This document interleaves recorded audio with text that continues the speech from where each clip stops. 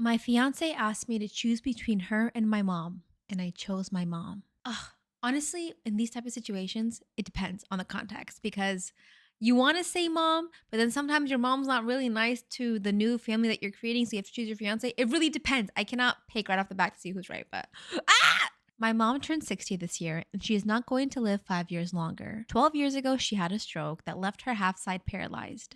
She lives alone and takes care of herself completely by herself. She is very resilient, and I am incredibly proud of her, but I know that her chances of living another 5 years are very, very low. My fiance got surprisingly a promotion in the dream job she always wanted. Saying it's a gigantic opportunity would be saying that a Ferrari is just a car. It's a once in a lifetime chance. It will change her life forever. It will fulfill everything she's wanted. It will make her rich. It also involves her moving countries, thousands of kilometers away. There is no way she won't accept it, and I wouldn't want her to.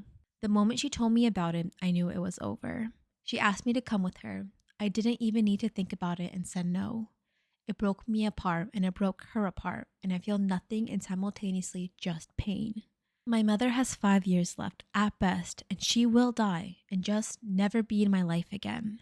For the rest of my existence until oblivion always swallows me up.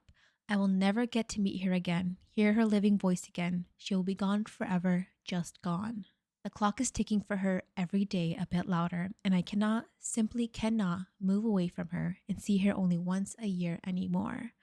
How could I accept that only seeing her 5 times before she stops existing? I cannot, period. This is the hardest thing I've ever had to do, but it wasn't a hard choice at all. I want to stab myself. I feel like if your relationship is that important to you, you should at least sit down and have a conversation to see what are the options. Don't just look at it as like option A and B. I feel like you can always find an option C, D, E, and make your own option, you know? Am I the asshole for making my sister cry since I quizzed her on her knowledge because she wants to homeschool her kid?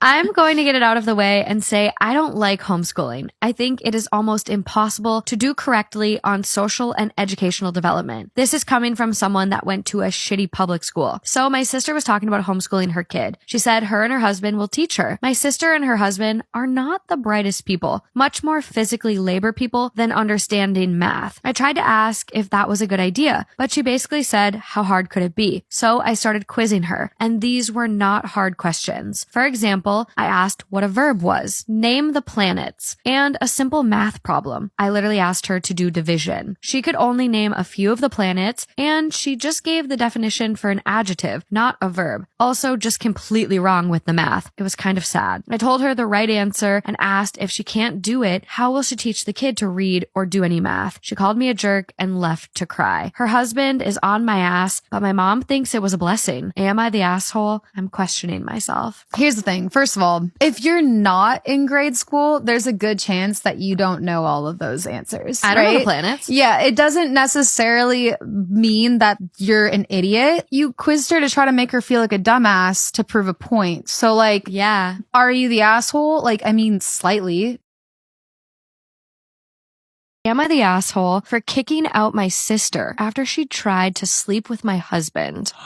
I've got initial thoughts here, but let's hear it. I, 33 male, am gay, and my husband, 39 male, is bisexual. My husband is what some would call conventionally attractive, and there's no denying he is good looking. My sister has had a thing for him ever since I introduced them. Something to add is that when our grandmother died, she left the house to me and my sister, but my sister sold her portion to me, and she has no claim to the house. Because she lived with her husband at the time, she had no need for it. My sister left her husband after he hit her while drunk, and I've been letting her live in our house as it's a 6-bed, 4-bath, and we are only 2 people. I was out the last few days as my best friend had his bachelor party. My husband called me at midnight saying that my sister just came in wearing lingerie and tried to seduce him in our bed, but he shoved her out and then called me. When I got home, I went straight to my sister and told her to pack her things and her son's belongings and get out. She tried to claim that it was my husband who came on to her, but I immediately didn't believe her and said she had until the next day to get out. She cried that she and her son would be homeless and that this isn't what family does. I just said family also doesn't try to shag their brother's husband and that she should have given that a thought beforehand. She then shifted to the whole divorce card and said she just wants to be close to someone again. I again said that didn't warrant or justify what she did and said she only had one day. Am I the asshole? I don't think he is the asshole there. She definitely needs to be out of the house. You can't live all under the same roof after that. I would say that he's being perfectly reasonable. I may have extended it to a week to get out rather than a day. That would have been really nice. Yes. Yeah.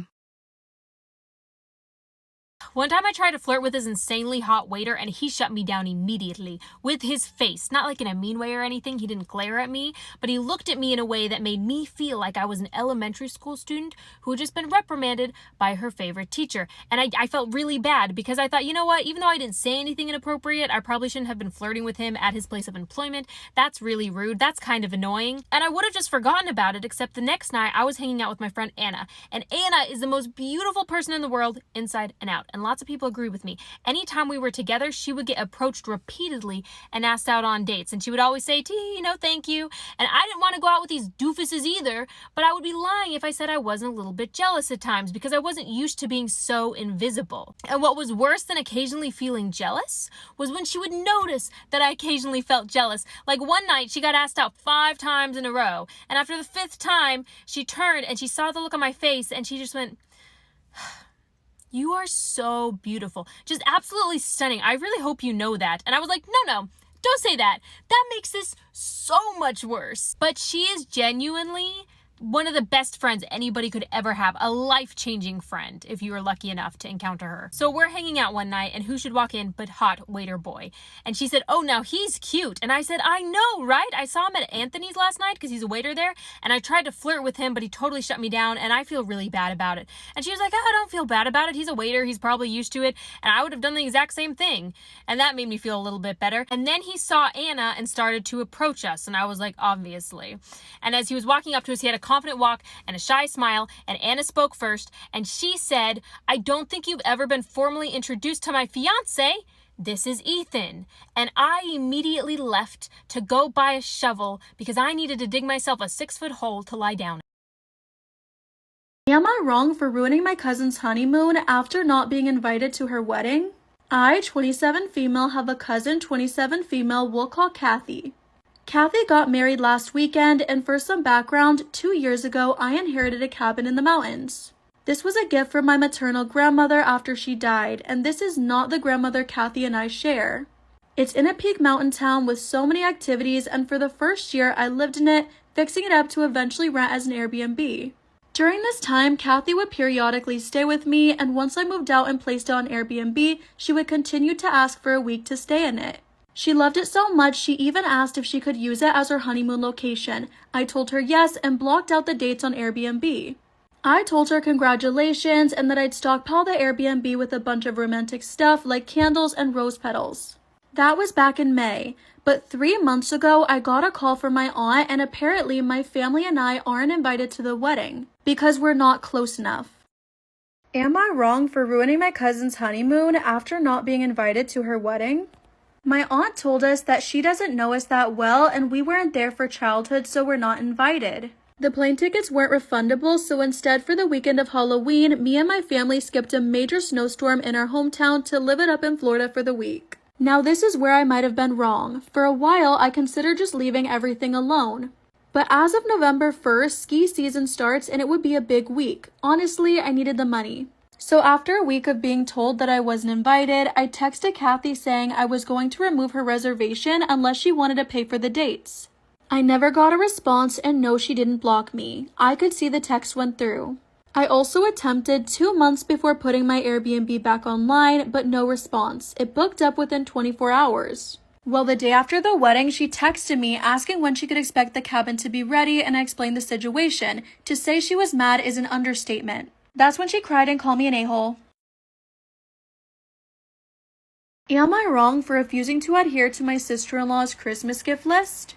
For Christmas, me and my husband are hosting my family, and the background is that Amy, my sister-in-law, complains about every gift she's given. Every Christmas, she makes faces and snide remarks about the things she's gifted. For example, last year, me and my husband gifted Amy and Chris, her husband, a joint present of an expensive coffee maker.